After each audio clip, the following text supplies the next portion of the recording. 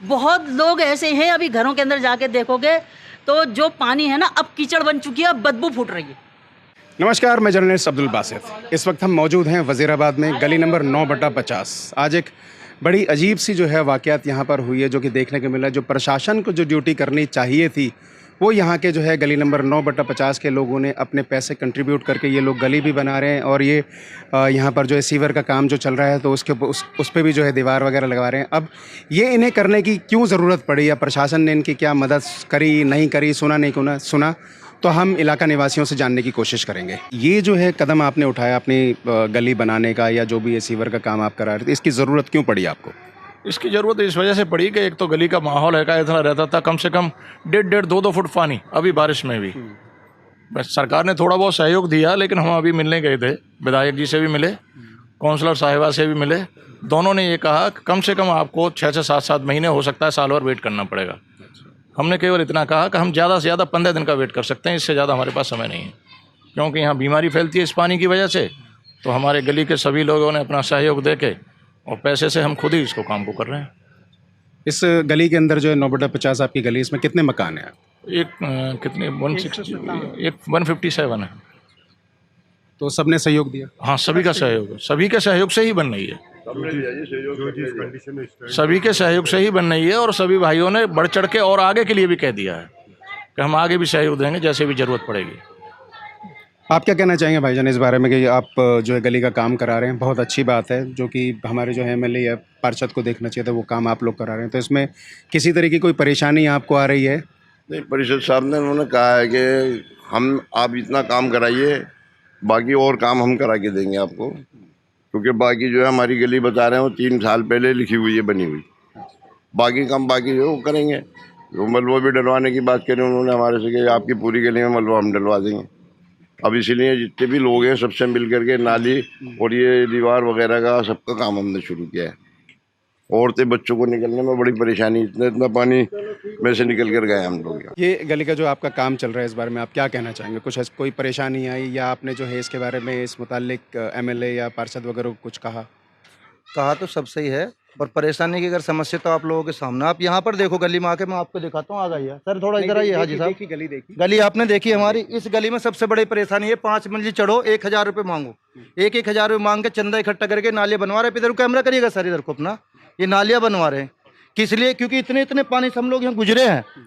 2-2 foot पानी से हम निकल रहे थे। उस वक्त में एमएलए साहब ने आके नहीं देखा, किसी काउंसलर ने आके नहीं देखा। जाने के बाद में एमसीडी से रिक्वेस्ट करी, किसी ने कुछ नहीं करा। फिर हम पंप खरीद के लाए, वहाँ से खींच के लाए पंप को, गली वाले मिलकर। एक पंप ये लगाओ, आप इधर देखो, दूसरा पंप वहाँ लगाया था। जब इसका पानी निकलवाया, आज कितनी परेशानी। आप नीचे की हालत देखो, यहाँ तक के जिन बच्चियों के आपने गट्टे देखो, बेचारी इतने पजामे उठाकर अपने यहाँ पानी से निकल रही थी। उस वक्त में कोई भी मीडिया नहीं आया यहाँ पर, किसी ने पूछा ही नहीं।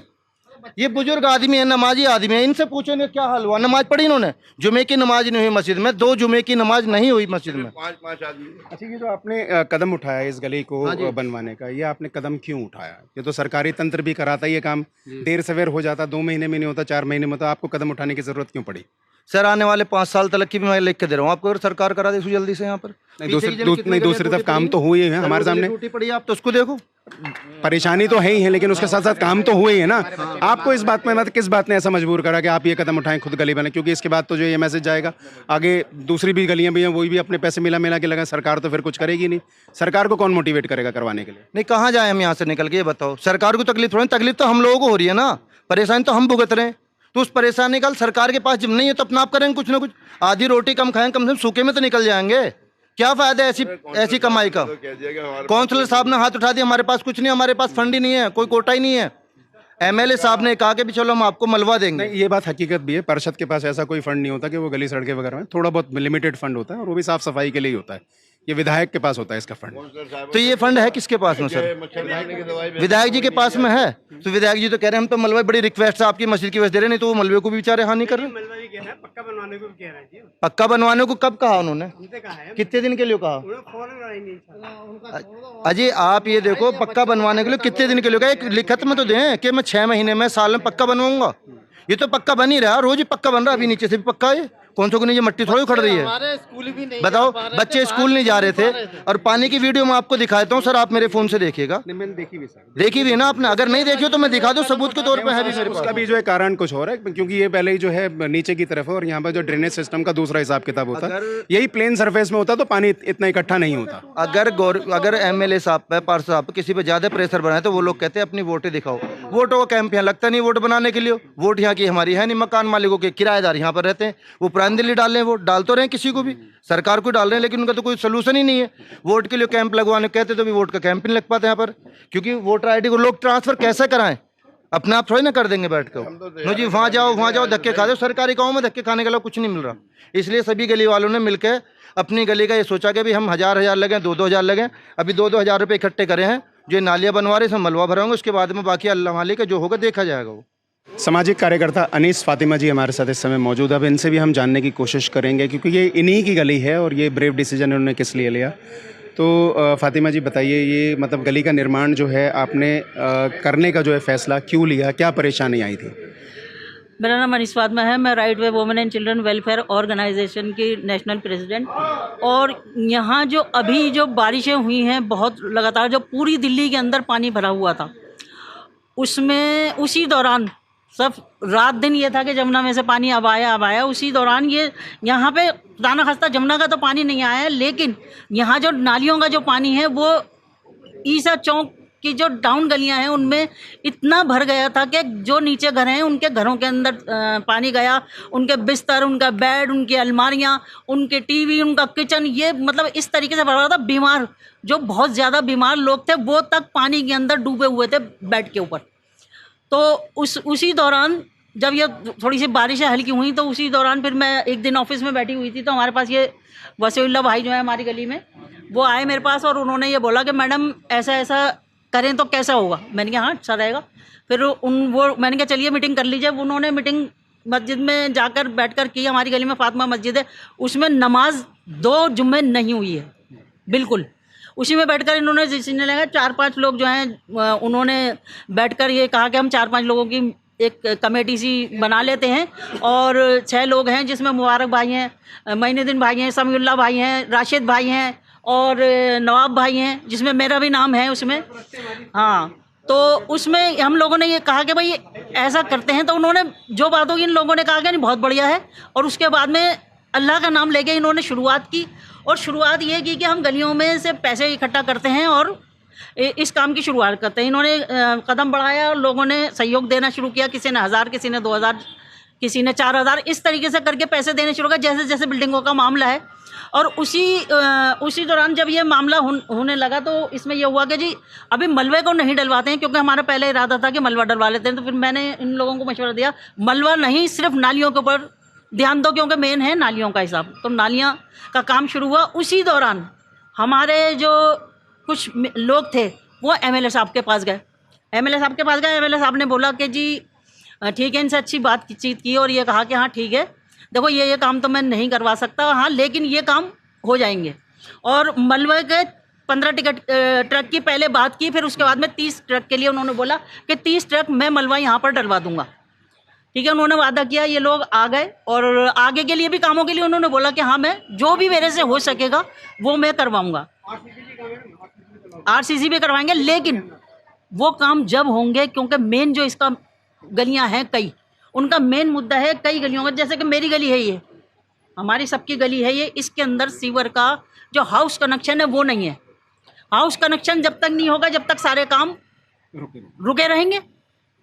ना आरसीसी डलेगी, ना ड्रेसिंग होगी, ना मतलब से कोई भी काम नहीं हो पाएगा। लेकिन ये नालियाँ बनवाने का जो हमारा डिसीजन है, तो सारे गली वाले जो हैं सहयोग कर रहे हैं, जिसमें कि अगर जो गली में यहाँ पर रहता भी नहीं है हम उनको कॉल करते हैं और वो बाहर से आते हैं, जहाँ कहीं भी रहते हैं, दिल्ली 6 में रहते हो, बाड़े में, इधर उधर ओखला, जहाँ कहीं भी रहते हैं, वो आते हैं और यहाँ पर अपना जो भी होता है वो देकर जाते हैं। आज भी आए थे और आज भी देकर गए।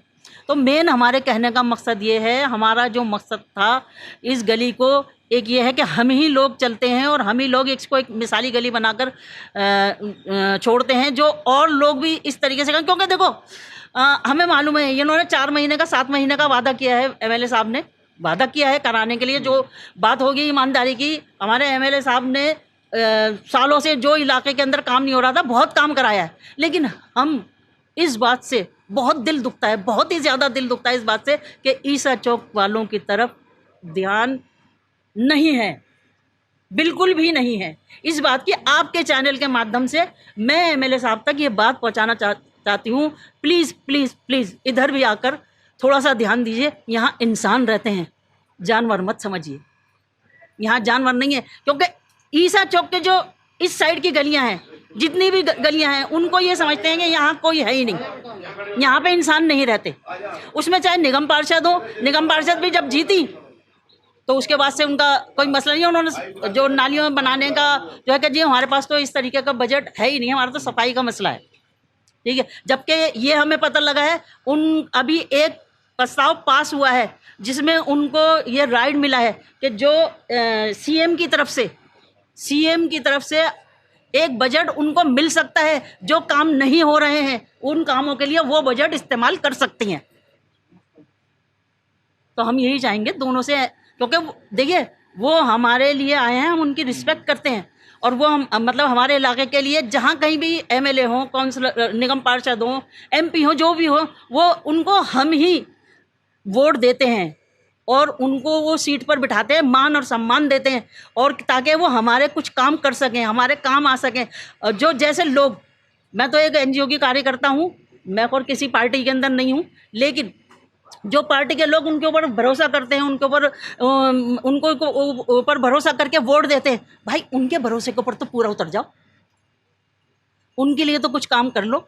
बहुत लोग ऐसे हैं, अभी घरों के अंदर जाके देखोगे तो जो पानी है ना, अब कीचड़ बन चुकी है, अब बदबू फूट रही है। जैसे कि आपने देखा, गली नंबर 9/50 के लोगों से हमारी बातचीत हुई, जिन लोगों ने यहाँ पर जो है बहुत परेशान होने के बाद फैसला किया कि इनको जो है सीवर का काम और यहाँ पर सड़क का काम जो है वो कराना चाहिए, तो इन्होंने अपनी गली का काम जो है कराया। अब ये मैसेज जो है आने वाले टाइम में वज़ीराबाद में किस तरीके से जाता है, क्या ये दूसरे गली वालों को मोटिवेट करेगा कि उन लोगों को भी इसी तरीके से काम करना चाहिए, या सरकार को कोई हिदायत देगा कि सरकार को भी अपनी ड्यूटी समझनी चाहिए, सरकार को अपनी ड्यूटी पूरी करनी चाहिए? तो ये आने वाला समय बताएगा हमारी दिल्ली सरकार जो है इनके ऊपर जो है किस तरीके से जो है काम करती है, गलियों को किस तरीके से देखती है, वज़ीराबाद की जो दशा ख़राब हो रखी है उसको किस तरीके से देखती है। तो आज के लिए बस इतना ही। कैमरामैन सोहेल के साथ मैं अब्दुल बासित लेता हूँ विदा। Good bye.